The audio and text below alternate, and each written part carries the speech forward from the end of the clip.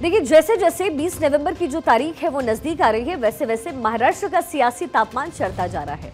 लड़ाई तो महायुति और महाविकास आघाड़ी में है, लेकिन सीटों को लेकर के आपसी महासंग्राम भी कुछ कम नहीं है। इधर राहुल गांधी नाराज बताए जा रहे हैं, तो उधर महाराष्ट्र एसपी अध्यक्ष अबू आजमी ने मीडिया के सामने आकर के कांग्रेस को ओपन चैलेंज कर डाला।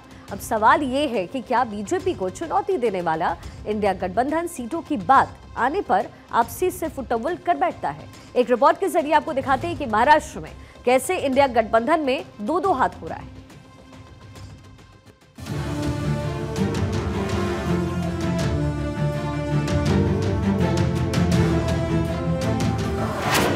सीट शेयरिंग से राहुल नाराज।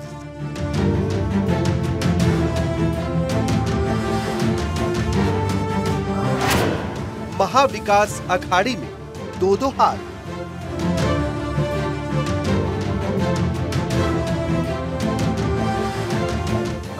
सीटों का सवाल, आपस में बवाल। सर, मैं 5 उम्मीदवार अनाउंस कर चुका हूं। यदि आप मुझे जवाब देते हैं तो ठीक है, नहीं तो मैं 25 उम्मीदवार मेरे पास तैयार हैं, मैं लड़ाऊं। रण बीजेपी से है, लेकिन समीकरण आपस में ही बिगड़ा हुआ है। महाराष्ट्र में सत्ता का महायुद्ध छिड़ा है। 25 से भी कम दिन बचे हैं जब जनता अपनी पसंदीदा सरकार चुनेगी।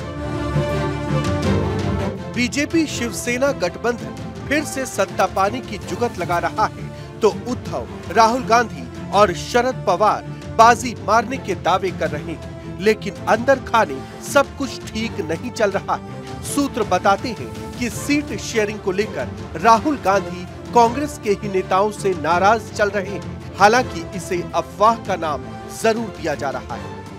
बात राहुल जी का कहना है कि सभी व्यवस्था को नेतृत्व करने की मौका मिलना चाहिए। राहुल जी की भूमिका है, उसका समर्थन हम सब लोग करते हैं। लेकिन सीट शेयरिंग का जो इश्यू था, उसमें जो जगह है जिस एरिया में मिली है, उसमें जितना हम लोग ओबीसी को जस्टिस देना चाहिए था वो देने की कोशिश की, जो सीटों के आधार पर। तो अब वही भूमिका राहुल जी की थी। बताया जा रहा है कि राहुल गांधी ने कांग्रेस चुनाव समिति की बैठक में नाराजगी जताई और मीटिंग बीच में ही छोड़कर निकल गए। आखिर राहुल क्यों सीट शेयरिंग से खुश नहीं है? उद्धव गुट के साथ कहां बात फंस रही है?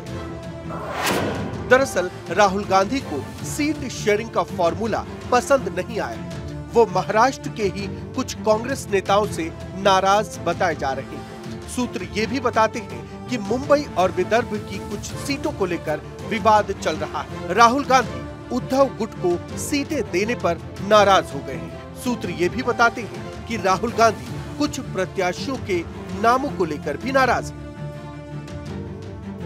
महाविकास अखाड़ी में कांग्रेस और उद्धव गुट के बीच रेस लगी है। कांग्रेस अब तक 71 नामों का ऐलान कर चुकी है, तो उद्धव गुट ने 80 सीटों पर प्रत्याशियों के नामों का ऐलान कर दिया है। आज भी दोनों पार्टियों ने अपनी दूसरी लिस्ट जारी की। शिवसेना उद्धव गुट ने बायकुला में भी प्रत्याशी उतार दिया है, जिस पर कांग्रेस अपना दावा कर रही थी। उद्धव के करीबी संजय राउत ने कांग्रेस को हरियाणा के नतीजे याद दिलाए।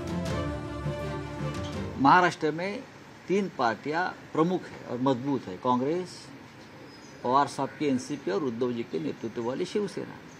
मुझे लगता है तीनों को लगभग समान सीटों का बंटवारा हुआ है और ठीक है। और राहुल गांधी जी बहुत ही संयमी नेता है, उनको महाराष्ट्र की राजनीति के बारे में पूरी जानकारी है, कौन कितने पानी में है ये भी मालूम है। हरियाणा में तो पूरी सीटें कांग्रेस ने लड़ी थी, हरियाणा में पूरी सीटें कांग्रेस ने लड़ी थी ना, सरकार नहीं आ पाई। तो सबको साथ लेकर चलना चाहिए। सबका साथ सबका विकास, ये नारे की अगर किसको जरूरत है तो महाविकास आघाड़ी को है।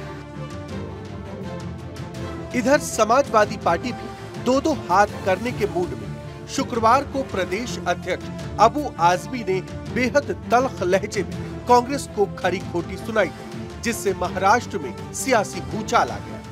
सर, मैं 5 उम्मीदवार अनाउंस कर चुका हूं। यदि आप मुझे जवाब देते हैं तो ठीक है, नहीं तो मैं 25 उम्मीदवार मेरे पास तैयार हैं, मैं लड़ाऊं। क्योंकि मेरे को इसके पहले 2 बार धोखा कांग्रेस से हो चुका है।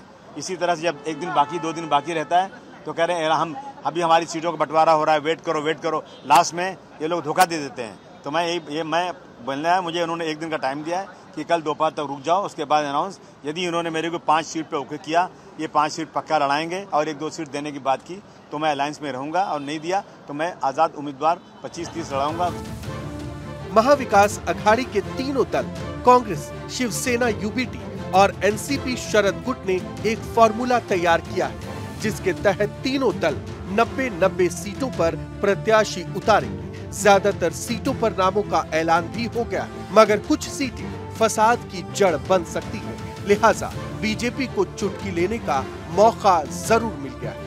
अब वो जो समझौते के आंकड़े दे रहे हैं 85 तीनों को, और कहते 270 सीट का बंटवारा हो गया, तो इसी प्रकार से अब वो आने वाले विधानसभा चुनाव में आंकड़ों की हेराफेरी करने वाले हैं क्या? अरे समझौता तो महाराष्ट्र की जनता ने कर दिया है। लोकसभा के समय पर जो कम मतदान हुआ था, अब आक्रामकता से मोदी भक्त, मोदी प्रेमी, मोदी समर्थक मतदान करेंगे। इनको पूरे का पूरा एमवीए का बंटवारा होकर चुनाव के परिणाम के बाद तीतर बीतर हो जाएंगे। महाराष्ट्र की सभी 288 सीटों पर 20 नवंबर को मतदान होना है। 23 नवंबर को नतीजों का ऐलान होगा। महायुति के घटक दल भी सीटों को लेकर माथापच्ची कर रहे हैं, लेकिन सबसे ज्यादा सिरफुटौल अगर कहीं मची है तो वो है Maha Vikas Aghadi. All is well का मैसेज तो दिया जा रहा है, लेकिन खबरें जो छन कर आ रही हैं, उससे यही लगता है कि दंगल अभी बाकी है। Bureau report, Bharat 24।